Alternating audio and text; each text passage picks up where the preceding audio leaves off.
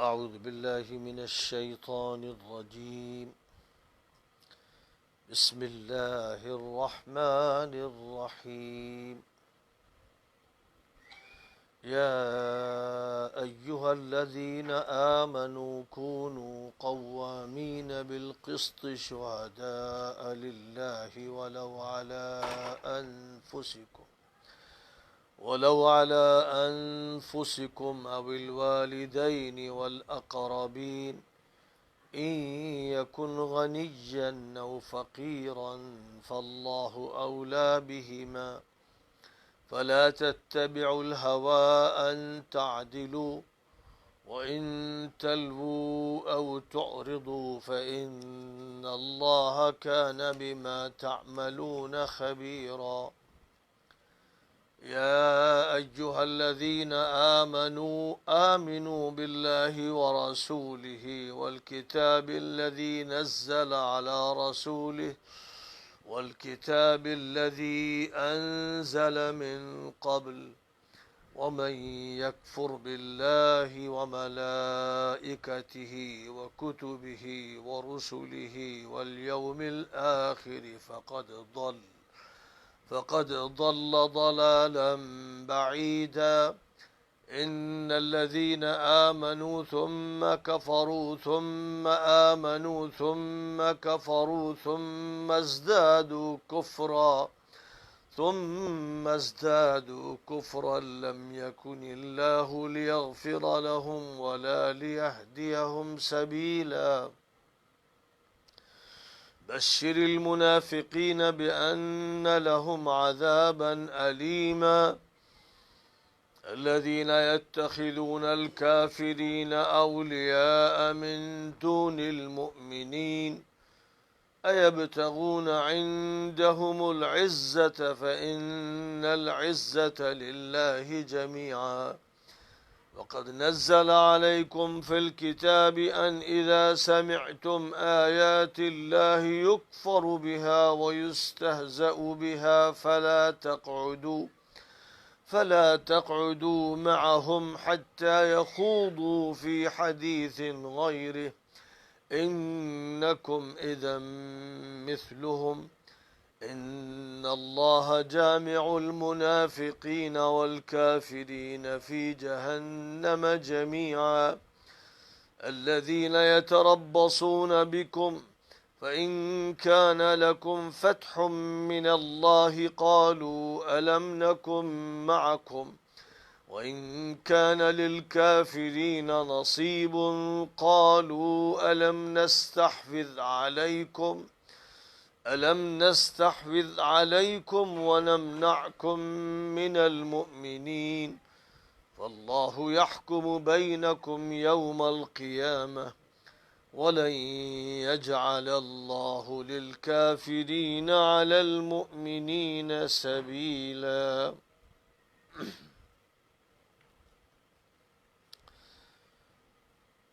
قیام عدل کا نظام. اے ایمان والو، عدل و انصاف کو پورے طور پر قائم کرنے والے بنو اور اللہ کی رضا کے لیے صحیح گواہی دو، چاہے وہ گواہی خود تمہارے خلاف یا تمہارے والدین اور قریب ترین رشتہ داروں کے خلاف پڑ رہی ہو. جس کے بارے میں گواہی دی جا رہی ہے وہ مالدار ہو یا نادار، ان کا اصل حقدار تو اللہ ہے. ان سے اپنا تعلق اور محبت دکھا کر ان کے حق میں جھوٹی گواہی کی کسی حال میں اجازت نہیں. اس لیے خواہشات اور جذبات کی پیروی میں عدل و انصاف کے خلاف کوئی قدم نہیں اٹھانا ہے. اور اگر تم موڑ توڑ کر یا حق سے کتراتے ہوئے اور بچتے ہوئے کوئی بات کرو گے تو اللہ کو تمہاری باتوں اور عمل کی خوب خبر ہے، تم اس کی گرفت سے بچ نہیں سکتے ہو.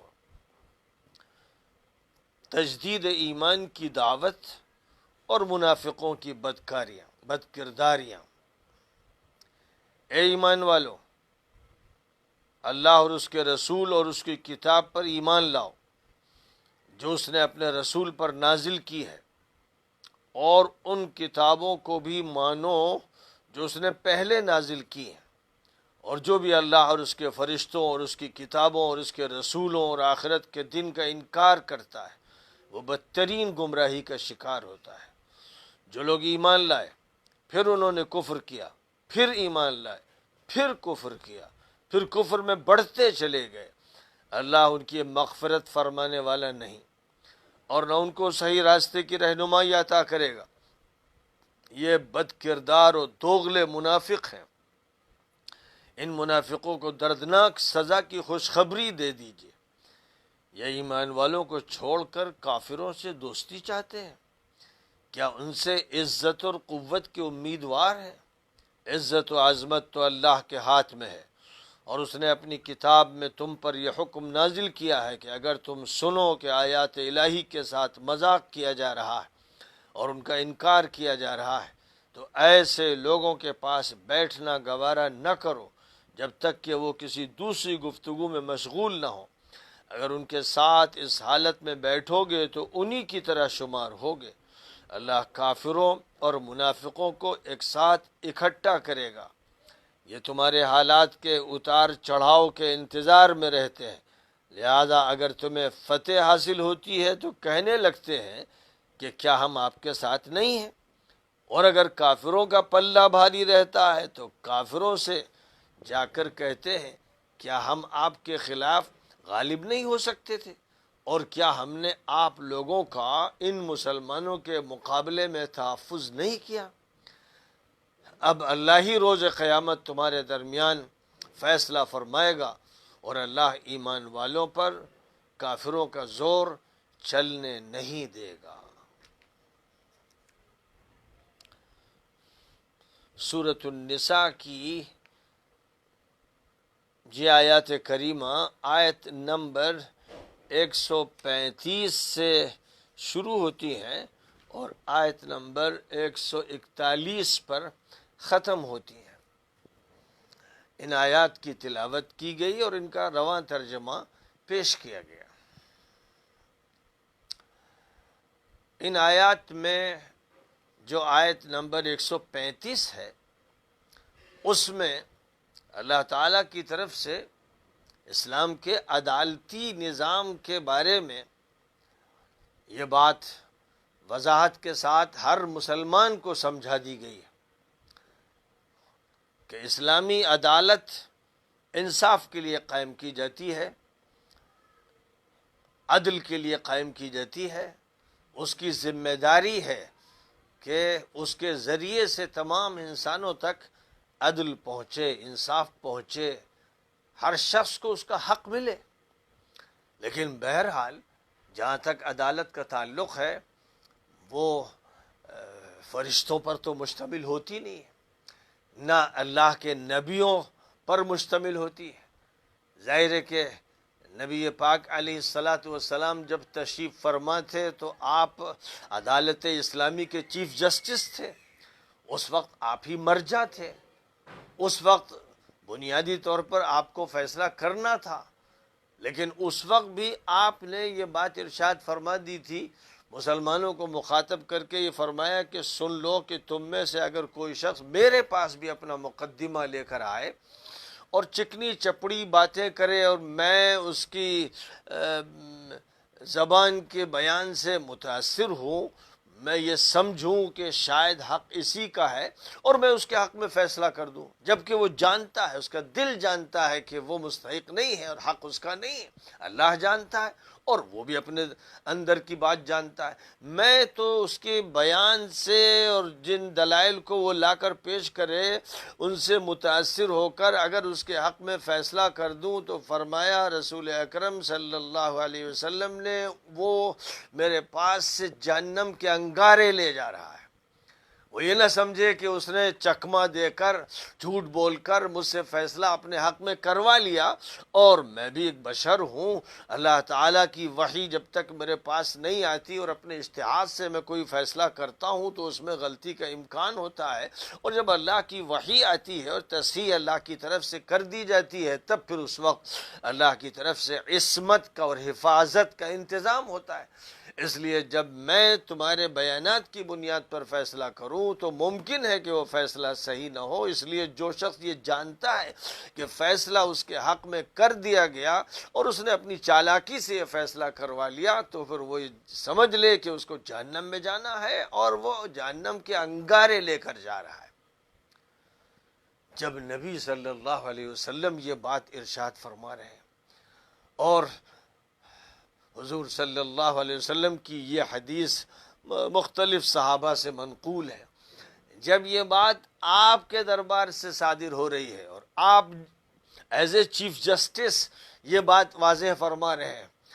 تو پھر اندازہ کیا جا سکتا ہے کہ نبی کا کوئی خلیفہ ہو، نبی کا کوئی نائب ہو، یا نبی نے کسی کو امیر کسی علاقے کا بنایا ہو، یا کہیں کا قاضی بنایا ہو، کہیں کی ذمہ داری سونپی ہو، وہ تو بیچارہ معصوم بھی نہیں، اس کے پاس تو وحی بھی نہیں آتی، تو وہ جو بھی فیصلے کرے گا بیانات سن کر کرے گا، اور بیانات سننے کے بعد قاضی اجتہاد کرتا ہے، فکر کرتا ہے، غور کرتا ہے اور اپنے فہم کی بنیاد پر کوئی فیصلہ صادر کرتا ہے، لہذا وہ فیصلہ وحی الہی نہیں ہوتا ہے، وہ فیصلہ آخری حتمی اور قطعی نہیں ہوتا ہے، اس معنی میں کہ جو لوگ دل کی بات جانتے ہیں وہ منفی کو مثبت کر دیں اور مثبت کو منفی کر دیں اور جائز کو ناجائز کر دیں اور ناجائز کو جائز کر دیں، یہ اختیارات تو انہیں دیے نہیں گئے۔ جو بات بھی فی الحقیقت ہے وہ اپنی جگہ پر ہے، اللہ عالم الغیب اس سے واقف ہے، اور جو آدمی خود اپنے مقدمے کا ذمہ دار ہے وہ جانتا ہے کہ میں حق پر ہوں یا ناحق ہوں۔ تو اس سے معلوم ہوا کہ اسلامی عدالت ہو یا دنیا کی کوئی سی بھی عدالت ہو، عدالت میں کیس جاتا ہے اور کیس میں کوئی مدعی ہوتا ہے، کوئی مدعا علیہ ہوتا ہے۔ مدعی کی ذمہ داری ہوتی ہے کہ وہ گواہ لائے، وہ بینہ پیش کرے، دلائل پیش کرے۔ اب جو دلائل اس کے ذمے ہوتے ہیں وہ زبانی دلائل بھی ہو سکتے ہیں، تحریری دلائل بھی ہو سکتے ہیں، اور دلائل میں زیادہ تر جو بات قرآن پاک میں کہی بھی گئی ہے وہ کسی کیس میں 2 گواہوں کا پیش کرنا ہوتا ہے، کوئی ایسا کیس ہوتا ہے جس میں 4 گواہوں کو پیش کرنا ہوتا ہے، بعض ایسے کیسز بھی ہوتے ہیں جن میں 1 گواہ بھی کافی ہو جاتا ہے۔ تو بہرحال عام طور پر جو مقدمات ہوتے ہیں ان میں 2 گواہ چاہیے، اور کہیں کہیں پر پھر مزید 2 گواہوں کے علاوہ مزید اور دستاویزات مطلوب ہوتی ہیں۔ تو اب گواہوں کی ایک بہت بڑی ذمہ داری ہے، مدعی کی ذمہ داری ہے، مدعا علیہ کی ذمہ داری ہے، اور مدعی جن گواہوں کو لے کر آئے ان کی ذمہ داری ہے، کیونکہ ہر شخص اپنی جگہ پر مسئول و ذمہ دار ہے۔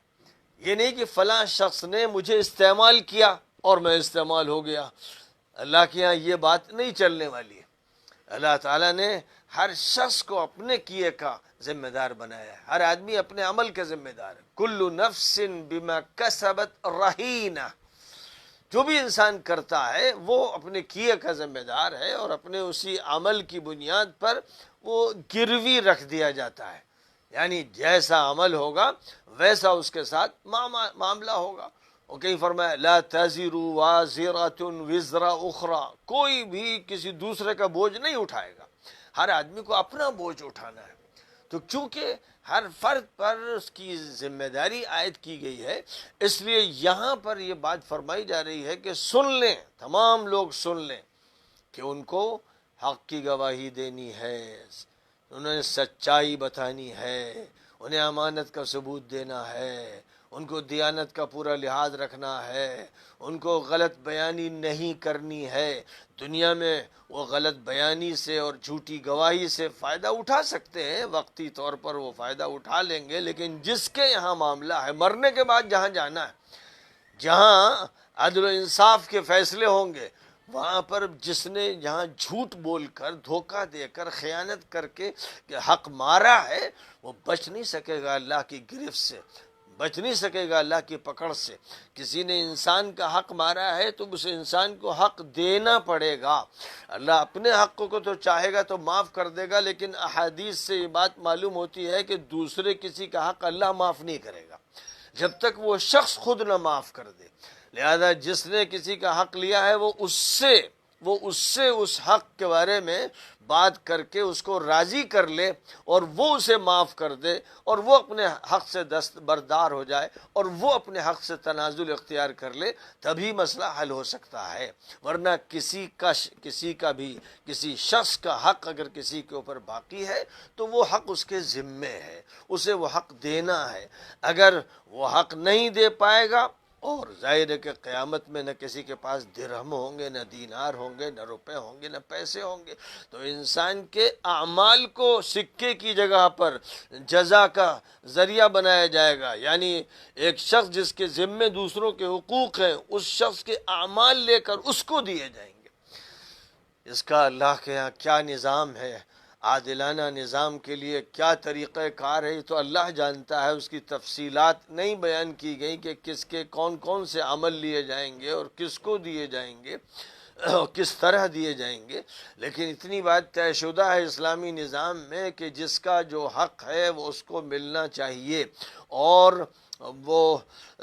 اگر کسی نے کسی کا حق لے لیا، مار لیا، اور پھر وہ توبہ کرنا چاہتا ہے، تو کسی کا حق اگر جڑا ہوا ہے تو توبہ کا لازمی تقاضا اور اس کی شرط اساسی یہ ہے کہ اس کا حق دیا جائے۔ غبن کر لیا، خیانت کر لی، چوری کر لی، کسی کا مال لے لیا، تو اس کو دینا ضروری ہے، الا یہ کہ وہ معاف کر دے، وہ خود تنازل اختیار کر لے اپنے حق سے، تو بات الگ ہے، کیونکہ حق اس کا ہے اور وہ تنازل اختیار کر سکتا ہے۔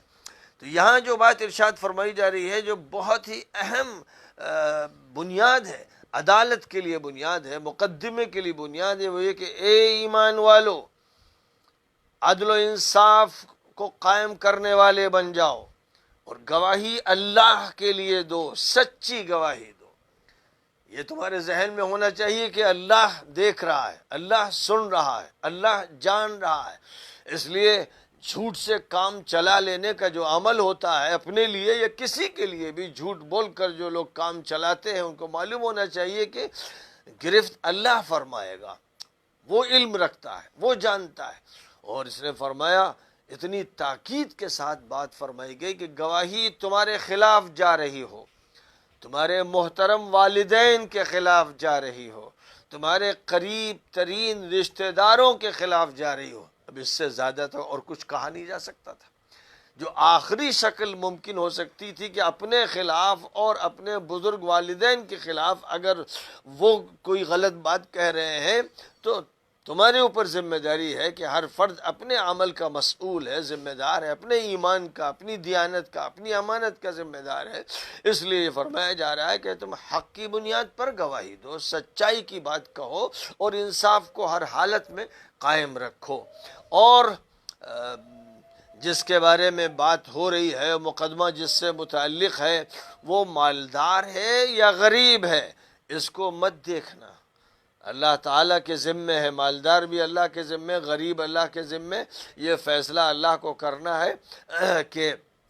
کس کو کیا جزا ملے گی اور کس عمل کی بنیاد پر ملے گی۔ اس لیے یوں سوچنا کہ بیچارہ غریب ہے تو میں اس کے حق میں فیصلہ کروا دوں، اگر میں نے جھوٹی گواہی دے دی کسی غریب کے حق میں تو کیا ہوا؟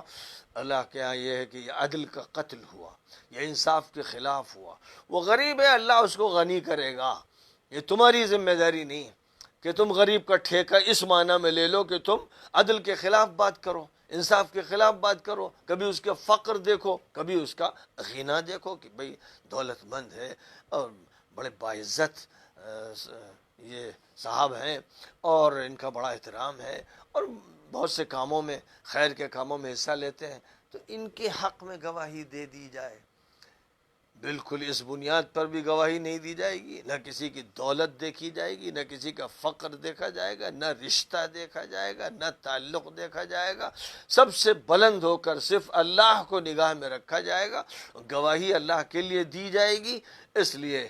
جو ہر شخص پر لازم و فرض ہے کہ وہ یہ دیکھے تقاضۂ انصاف کیا ہے، تقاضۂ عدل کیا ہے، حق کا تقاضا کیا ہے، اس کے مطابق عمل کرے، ایش پیش نہ کرے، ہیلہ جوئی نہ کرے، بہانہ سازی نہ کرے، اور زبان کو توڑ موڑ کر ادھر کی بات ادھر نہ کرے، اور نہ حق سے اعراض کرے، حق سے گریز کا کوئی عمل اختیار نہ کرے، پوری دیانت اور امانت کے ساتھ گواہی دینی ہے۔ یہ اتنا اہم اصول ہے کہ اگر اس اصول پر عمل کر لیا جائے تو ہر شخص کو انصاف مل جائے، ہر شخص تک انصاف پہنچ جائے۔ ظاہر ہے کہ مدعی جب دعویٰ کرتا ہے تو شرعی بنیاد پر اور قانونی بنیاد پر بھی اس سے گواہی لی جاتی ہے، اس سے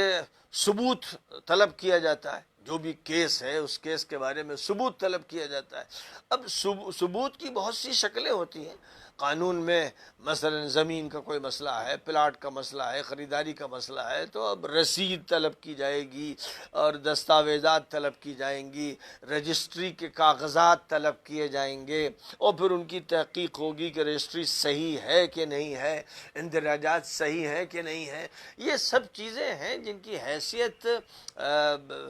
دلائل کی ہے اور ثبوت کی مختلف شکلیں ہیں۔ اسی طرح گواہوں کو جب پیش کیا جاتا ہے تو جو شخص بھی گواہوں کو لے کر آتا ہے، عام طور پر جو معاملات چل رہے ہیں ان میں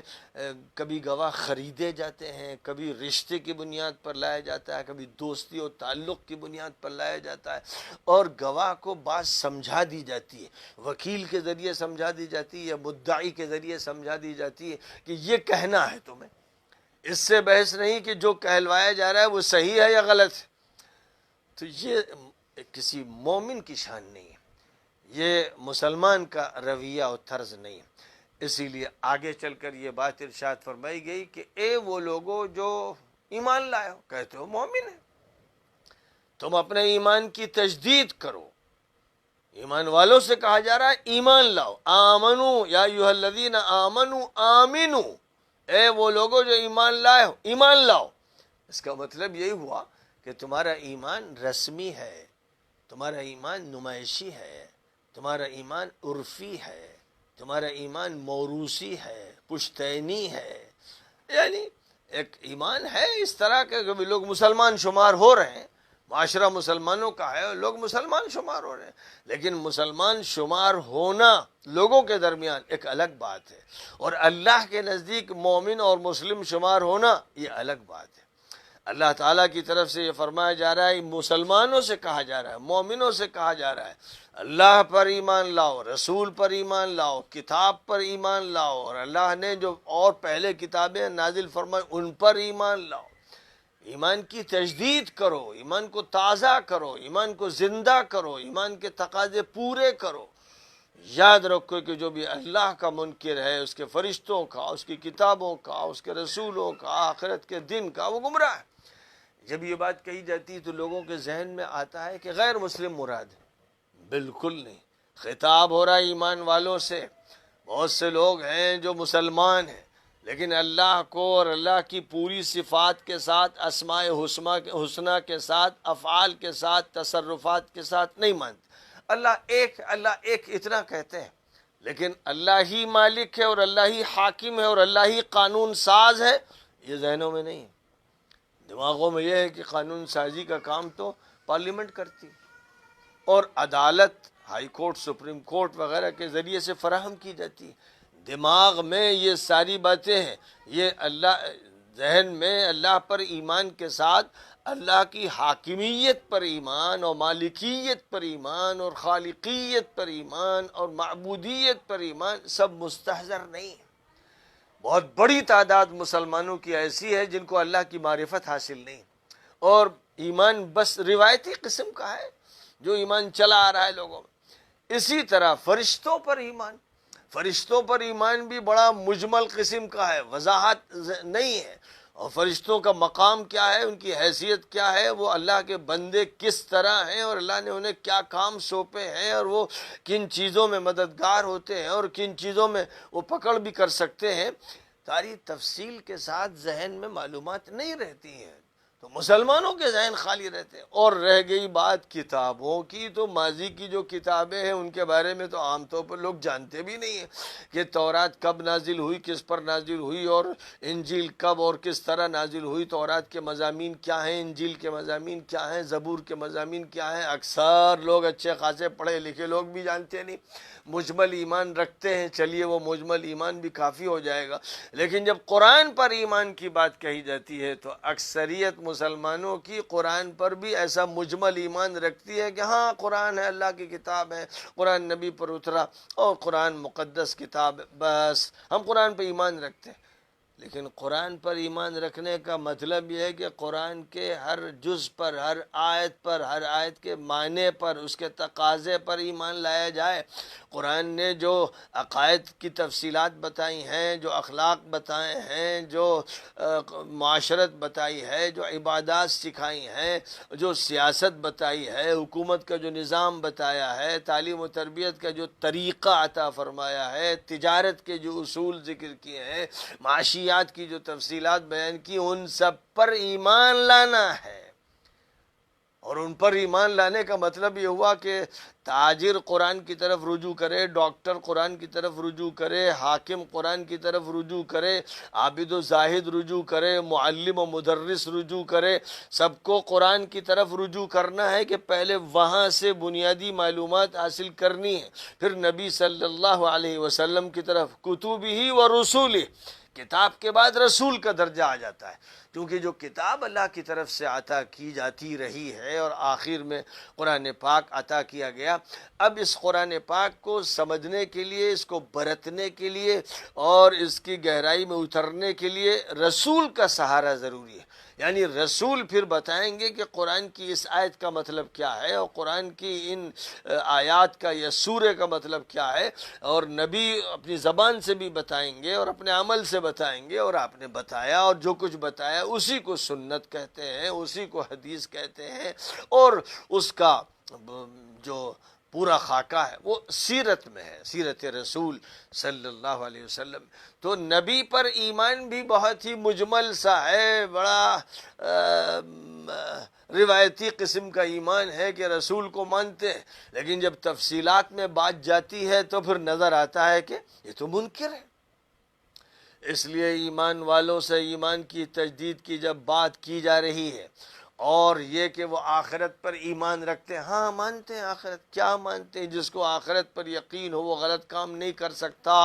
جس کو آخرت پر یقین ہو وہ دھوکہ دھڑی نہیں کر سکتا، وہ جھوٹی گواہی نہیں دے سکتا، جس کو آخرت پر یقین ہو وہ کسی حرام کا ارتکاب نہیں کر سکتا، اور کرے گا تو تڑپے گا، جب تک توبہ نہ کر لے اس کو چین نہیں آئے گا۔ لیکن کیا ایسی صورتحال ہے؟ اکثریت مسلمانوں کی ایسی ہے جن کا ایمان آخرت پر تازہ نہیں ہے، ایمان مستحضر نہیں ہے، ایمان کے تقاضے ان کے سامنے نہیں ہیں۔ یہی مسئلہ اللہ پر ایمان کا ہے، نبی پر ایمان کا ہے، فرشتوں پر ایمان کا ہے، کتابوں پر ایمان کا ہے، ہر بنیادی بات پر جو ایمان ہے وہ ایک موروثی قسم کا ہے، رسمی قسم کا ہے، مجمل ہے، واضح نہیں ہے، اور اس کے تقاضوں پر عمل نہیں ہو رہا ہے۔ لہذا ایسے لوگ مسلمان شمار ہوتے ہیں، لیکن ان کا حال یہ ہوتا ہے کہ یہ کبھی ادھر ہوتے ہیں، کبھی ادھر، اپنے مفادات کے چکر میں رہتے ہیں۔ مفاد ان کو اگر ملتا ہے کفر کے ساتھ تو پھر یہ کفر کر بیٹھتے ہیں، مفاد ان کا نفاق سے جڑا ہوا ہے تو یہ منافق بن جاتے ہیں، جہاں ان کا مفاد وابستہ ہو وہاں پر یہ حاضر نظر آتے ہیں، اور پھر یہ چاہتے ہیں کہ ان کو عزت اور وجاہت ملے، وہ جہاں بھی ملے، کفر کے دامن میں ملے یا شرک کی جگہ پر ملے یا نفاق کے ساتھ ملے یا الحاد کے ساتھ ملے، جہاں سے بھی ملے وہاں سے یہ عزت حاصل کرنے کے در پہ رہتے ہیں، منصب کی تلاش میں رہتے ہیں، اور اس فکر میں رہتے ہیں کہ ان کو بڑا مقام دے دیا جائے۔ تو یہ ساری بیماریاں ہیں، اور ظاہر ہے کہ یہ بیماریاں غیر مسلموں کی نہیں بیان ہو رہی ہیں، یہ وہی مسلمان ہیں جو مسلم معاشرے میں تھے، جن کو اللہ خطاب کرتے ہوئے یہ کہہ رہا ہے کہ یا ایھا الذین آمنوا آمنوا، اے وہ لوگو جو ایمان لائے، یعنی جو مسلمان ہو پھر سے اسلام لاؤ، اپنے ایمان کی تجدید کرو، اپنے ایمان کے معنی سمجھو، اپنے ایمان کی حقیقت کا ادراک کرو، اور جب تم ایسا کرو گے تو واقعہ یہ ہے کہ اس وقت تمہارا ایمان اللہ کے ہاں معتبر ہوگا۔ اور اگر تمہارا حال یہ ہے کہ اللہ سے ہٹ کر تم ادھر ادھر اپنا سر پٹکتے ہو اور ادھر ادھر سے جا کر عزت کی تلاش میں رہتے ہو، اور ایسی مجلسوں میں بیٹھتے ہو جہاں دین کا مذاق اڑتا ہے، جہاں لوگ دین کا مذاق اڑا رہے ہیں، کہیں مجلس لگی ہوئی ہے تو کسی عبادت کا مذاق اڑ رہا ہے، ایمانیات کے کسی پہلو کا مذاق بنایا جا رہا ہے، کہیں عورتوں کے پردے کا مذاق ہو رہا ہے، کہیں اسلامی نظام میراث پر کوئی پھپتی کسی جا رہی ہے، اور کہیں لوگوں کی ٹوپی اور کرتے اور پیجامے اور داڑھی پر تبصرے چھاٹے جا رہے ہیں، ایسی مجلسوں میں جو لوگ بیٹھتے ہیں، اللہ کی طرف سے یہ فرمایا جا رہا ہے کہ وہ انہی لوگوں کے ساتھ شمار کیے جائیں گے، ان کا حشر انہی مجرموں کے ساتھ ہوگا جو دین کا مذاق اڑاتے ہیں اور سمجھتے ہیں کہ وہ بڑے ترقی یافتہ ہو گئے۔ ایک ایسا ماحول فراہم کر دیا گیا ہے جس میں کچھ جدید تعلیم یافتہ اور کچھ آزاد قسم کے لوگ، جن کو بہت سے لوگ بے وقوفی میں روشن خیال کہہ دیتے ہیں۔ ایک مصیبت یہ چلی ہے کہ جو اچھے الفاظ ہیں وہ ان کو دے دیے گئے، جن سے بڑا کوئی جاہل اور احمق اور گدھا نہیں ہے۔ ان گدھوں کو کہا گیا روشن خیال، ارے یہ کہا جائے کہ تاریخ خیال اور بہت بدترین خیال رکھنے والے اور نہایت پست قسم کے اور گھٹیا قسم کے لوگ، تو بات صحیح ہوگی کہ جن کا تعلق اللہ سے صحیح نہیں، رسول اللہ سے صحیح نہیں، فرشتوں سے صحیح نہیں، انبیاء سے صحیح نہیں، وہ روشن خیال کہلاتے ہیں، اور یہ اصطلاح ہمارے لوگ بولتے ہیں۔ تعجب یہ ہوتا ہے کہ پڑھے لکھے لوگ، مولانا بھی اور خطیب صاحب بھی اور وائس صاحب بھی، ان کو کہتے ہیں وہ بڑے ترقی یافتہ ہیں، وہ روشن خیال ہیں۔ ان کے لیے جو الفاظ استعمال کیے جا رہے ہیں وہ الفاظ کا مذاق ہے، وہ الفاظ کے ساتھ کھلواڑ کیا جا رہا ہے۔ روشن خیال وہ ہے جس کا دماغ روشن ہو، دل روشن ہو، جو صحیح فکر رکھتا ہو، روشنی میں ہو، تاریکی سے محفوظ ہو۔ تو جو دیندار ہیں وہ روشن خیال ہے، تعبیر یوں ہونی چاہیے، جو دیندار ہیں وہ ترقی یافتہ ہے، جن کا اللہ سے تعلق ہے انہیں عروج حاصل ہے، جن کا انبیاء سے تعلق ہے وہ ترقی کے راستے پر ہیں۔ اب کہتے ہیں صاحب وہ جو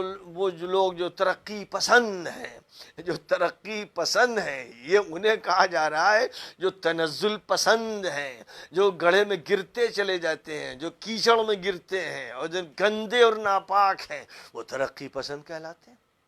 نیا جو ادب اور نیا لٹریچر سامنے آیا ہے، کمیونسٹ لٹریچر اور ملحد لٹریچر اور شیطانوں کا لٹریچر، جو نیا لٹریچر ہے، اس میں نئی اصطلاحات آئی ہیں، اور نئے خیال رکھنے والے، روشن خیال رکھنے والے، ترقی پسند لوگ یوں کہتے ہیں۔ اور دوسری طرف ظاہر جب وہ ترقی پسند ہے تو اب جو لوگ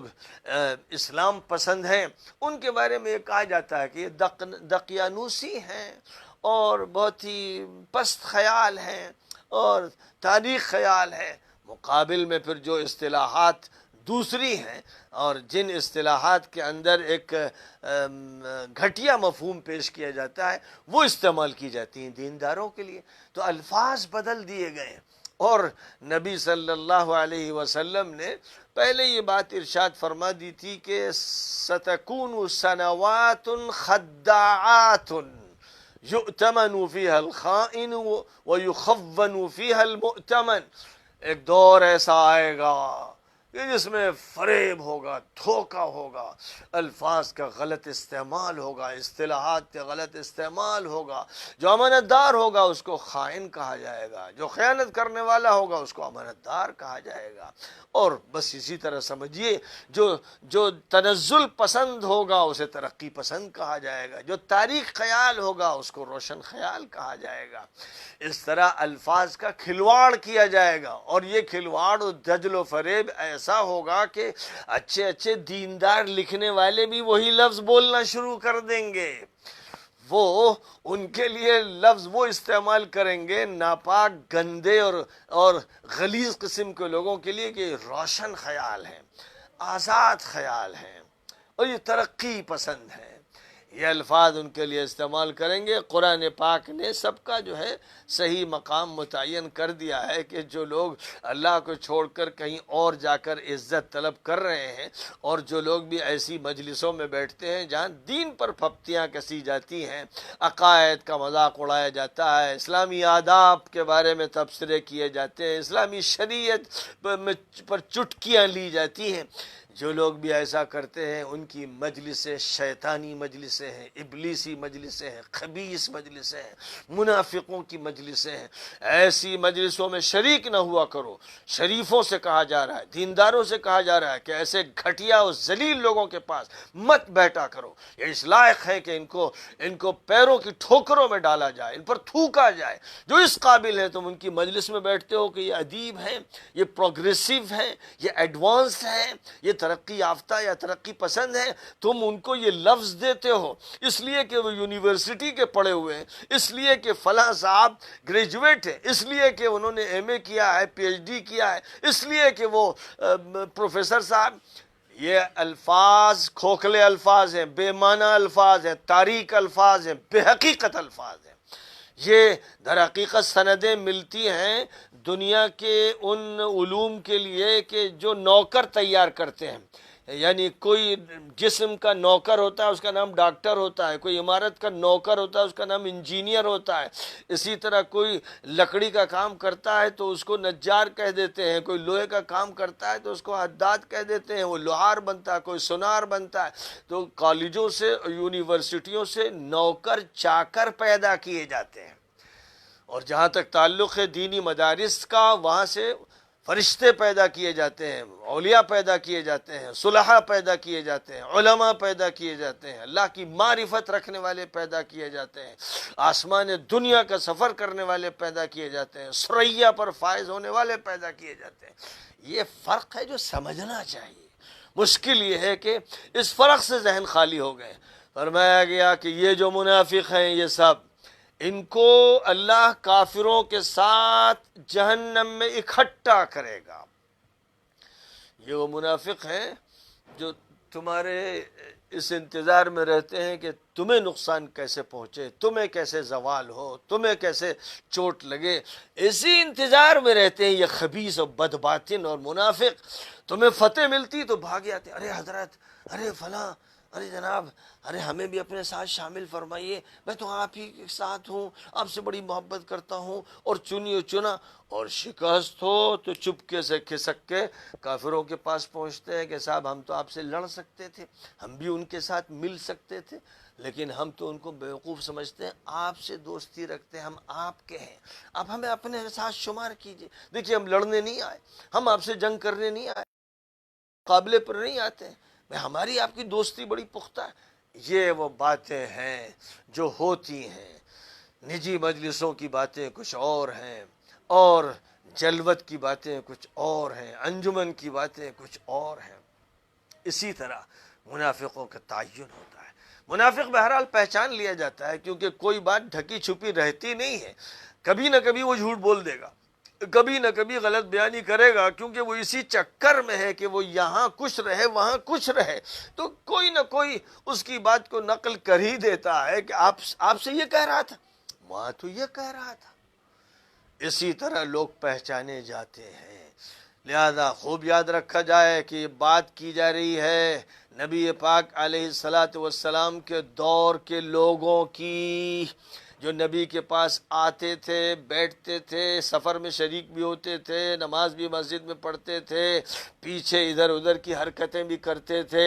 اس طرح کے جو لوگ تھے اصلاً وہ مخاطب ہیں، نمبر ایک پر وہ مخاطب ہیں، پھر قیامت تک جتنے لوگ بھی آئیں گے جن کے یہی چال چلن ہوں گے، جن کے یہی انداز ہوں گے، وہ ان آیات کا مخاطب ہوں گے۔ اس لیے جو بات بھی شروع ہوتی ہے کتاب پاک میں، کبھی ماضی کے تذکرے ہوتے ہیں، قوم عاد کا، قوم نوح کا، قوم سمود کا، قوم لوط کا، تو وہ ماضی کے